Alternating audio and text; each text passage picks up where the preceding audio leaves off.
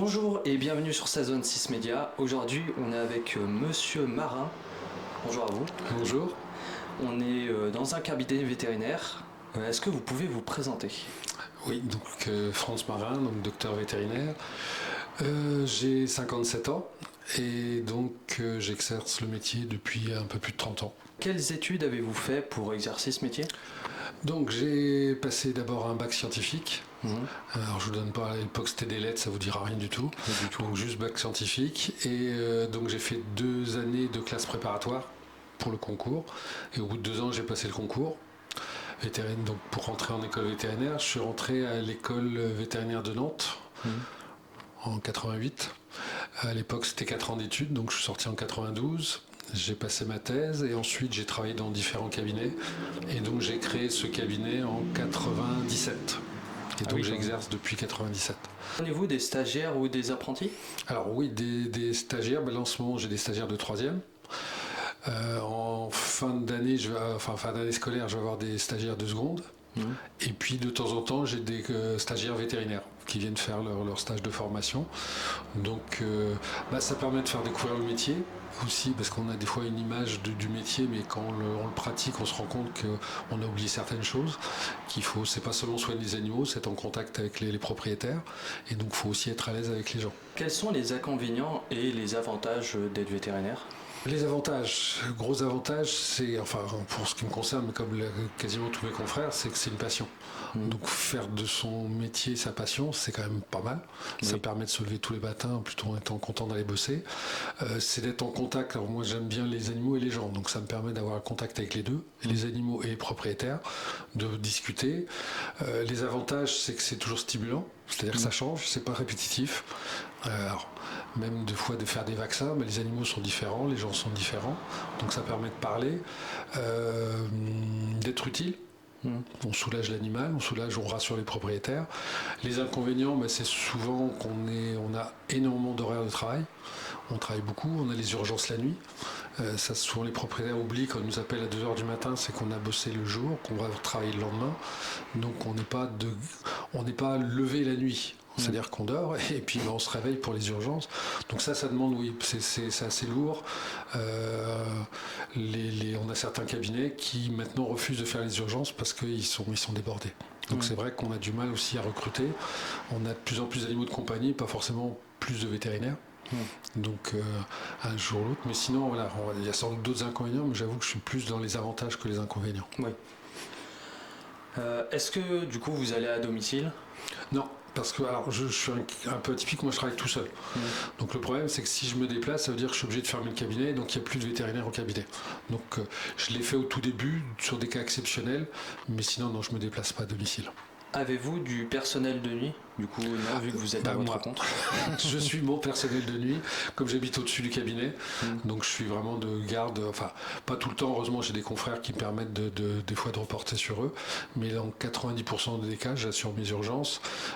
C'est quelque chose qui est compliqué à gérer. C'est pas comme en humaine où on a l'hôpital où, même si les internes bossent énormément, c'est un personnel qui est dédié à la nuit. Nous, non, c'est du personnel qui travaille le jour et qui de temps en temps travaille la nuit ou le week-end. Donc c'est une surcharge de travail. Quel a été votre plus gros risque pris au cours de votre carrière? Je sais pas si... je vais dire que c'est presque un petit peu tous les jours. La médecine, c'est pas une science exacte. Donc des fois, on discute... Alors c'est toujours en accord avec le propriétaire. Des fois, on prend des décisions pour l'animal et on sait pas trop...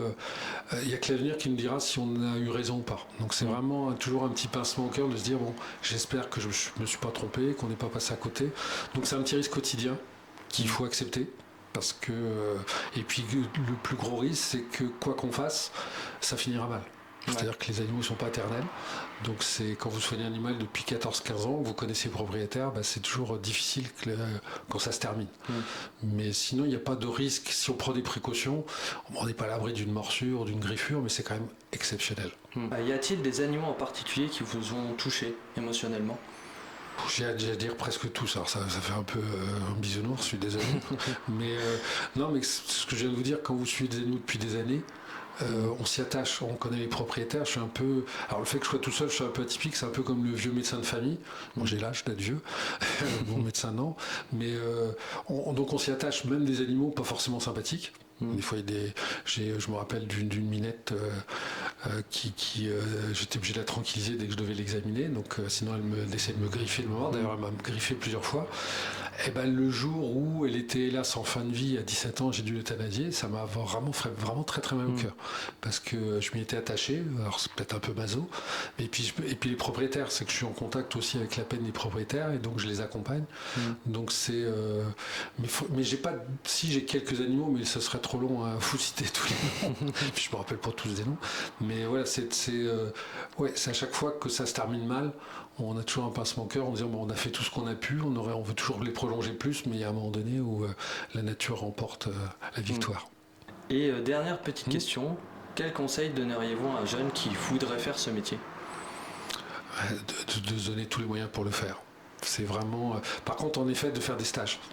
De faire des stages, toute génération confondue, qui commencent le métier et qui, au bout de 3-4 ans, on sait qu'on a un pourcentage de vétérinaires qui vont arrêter le métier parce que, par exemple, alors un exemple parmi tant d'autres, ils font ce métier pour soigner les animaux et en fait, ils se rendent compte que entre eux et les animaux, il y a les propriétaires. Et il faut parler avec les gens. Donc si on a un problème de communication, si on n'aime pas forcément les gens, c'est difficile de faire ce métier-là. Il y a le contact avec la clientèle. Le contact est très important parce que vous êtes avec des fois des propriétaires qui sont inquiets, donc vous êtes là aussi pour les rassurer. Si vous leur dites pas un mot, en effet ils vont être encore plus inquiets. Donc, mais c'est se donner moyens, sachant que c'est un travail qui est difficile. Les études sont difficiles, se donner les moyens, mais voilà, bien se renseigner, pas hésiter à faire des stages, l'avantage de stage de 3e, de seconde ou même après, d'aller voir les vétérinaires pour en discuter. Et surtout voir plusieurs cabinets. C'est sûr que je vous expliquais, moi je suis atypique, un stagiaire qui viendrait me voir, je lui dirais attention, il faut aller aussi dans des structures, parce que l'avenir c'est des structures avec 10, 15 vétérinaires, c'est pas la même façon de travailler. Donc il faut voir tous ces aspects et puis voir ce qui nous plaît. Mais en sachant qu'en faisant ce métier, au pire, on a toujours des portes de sortie. J'ai des confrères qui ont raté leur concours, qui sont pharmaciens ou médecins. Enfin bon, vétérinaire, ça ouvre beaucoup de portes. Il y a toujours des portes de sortie au cas où. Ouais, exactement. Merci beaucoup d'avoir répondu à mes questions. Merci. Et on se retrouve à plus tard sur sa zone 6 Média.